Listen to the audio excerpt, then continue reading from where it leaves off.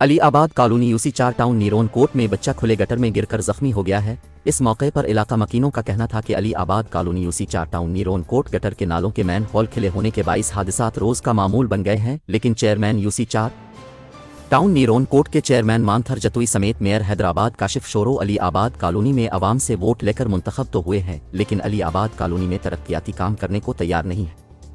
Drainage का pumping station न होने की वजह से गंदा पानी जहां लोगों के गांव, घरों और गलियों में मौजूद है, वहां चेयरमैन की जानिब से नाले की छत को जगह जगह से तोड़कर खुला छोड़ दिया गया है, जिसकी वजह से आए दिन बच्चों का मैन होल गिरना मामूल बन गया है। इस मौके पर मीडिया से बात करते हुए इनका कहना था, इंतजामिया और नुमादगान इलाका मकीनों के एहतजाजात के बावजूद कोई इस संगीन मामले का नोटिस लेने को तैयार नहीं है और इंसानी जानों से खेलकर सिर्फ खामोश तमाशाई का किरदार अदा कर रहे हैं।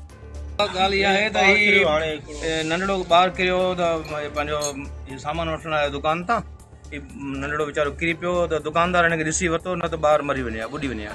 हिनखे ढकणो ई कोन्हे को, हिनखे ढकणो ई कोन्हे को। टाइम थियो आहे जेके खुलण ते जेको आहे तक़रीबन महीनो थियो आहे, तक़रीबन महीनो थियो। अच्छा, हा महीनो थियो आहे। ऐं ॿ ॿार टे ॿार डेली करनि था। कल शाम भी मस्जिद का मोटर ॿारनि खे धक लॻनि था।